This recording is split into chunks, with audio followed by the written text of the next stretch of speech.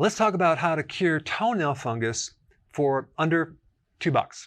All right, so what is this fungus? Fungus kind of is in the family of fungus, yeast, mold, and these microorganisms love a warm, moist environment, like in your shoes.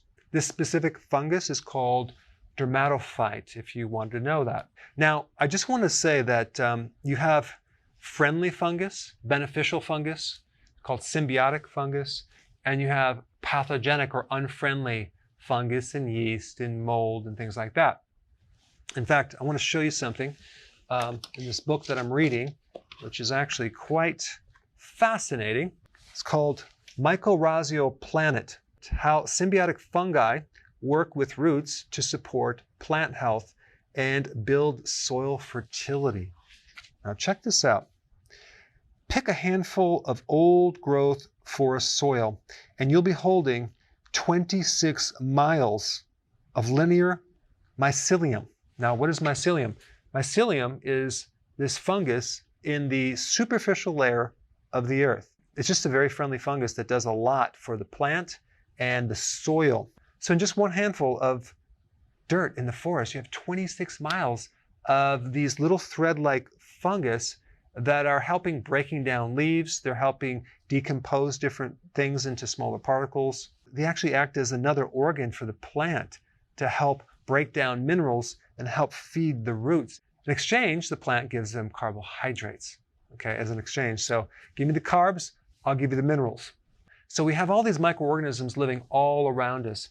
But this specific microbe is not the friendliest, and it's an overgrowth of a certain fungus that normally should be in check by our own immune system, but it can get out of control.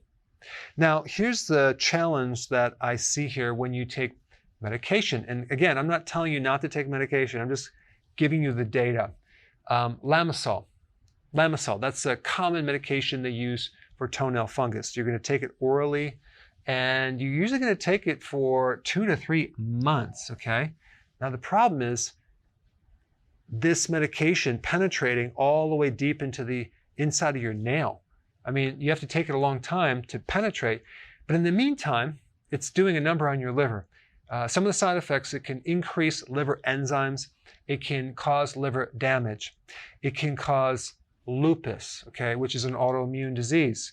It can create central nervous system damage. It can actually put you in the motion of depression and cause a loss of taste, and jaundice, which is a liver problem, and even alopecia, which is hair loss. So not only does it come with a negative package with all these side effects, but it's marginally successful. It's like 30 to 40% successful. Now, if you look up alternatives to this, like natural remedies, there's going to be a lot of stuff you're going to read that, oh, there's not any studies that shows that it works, or it could be harmful, or this and that.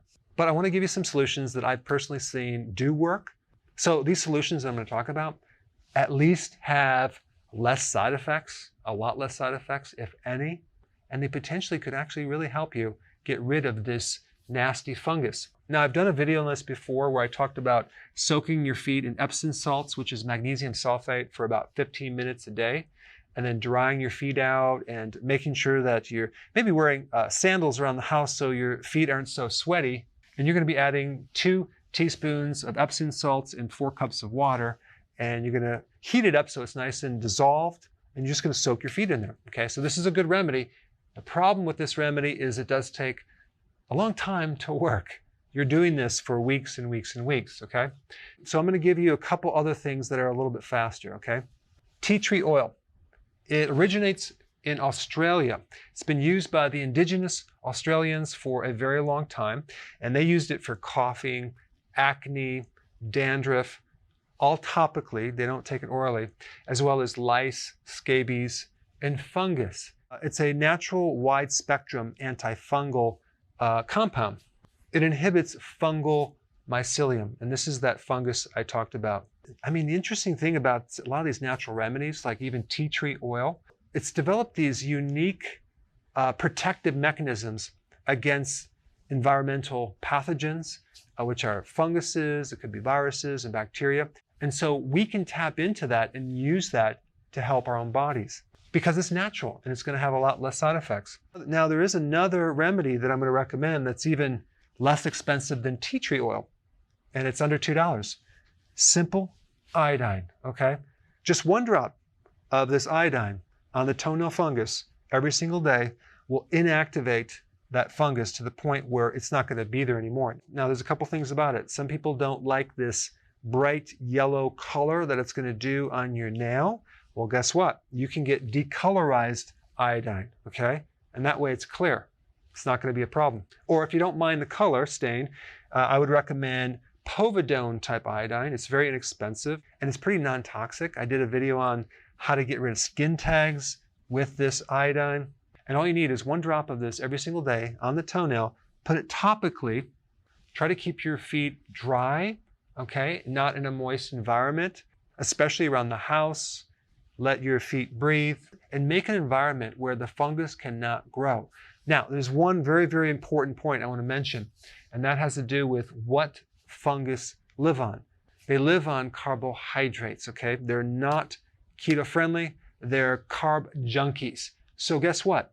If you start consuming less carbohydrates, the risk of this coming back are going to drop down dramatically. If you want more information about that, I put the video that you need to watch first right here.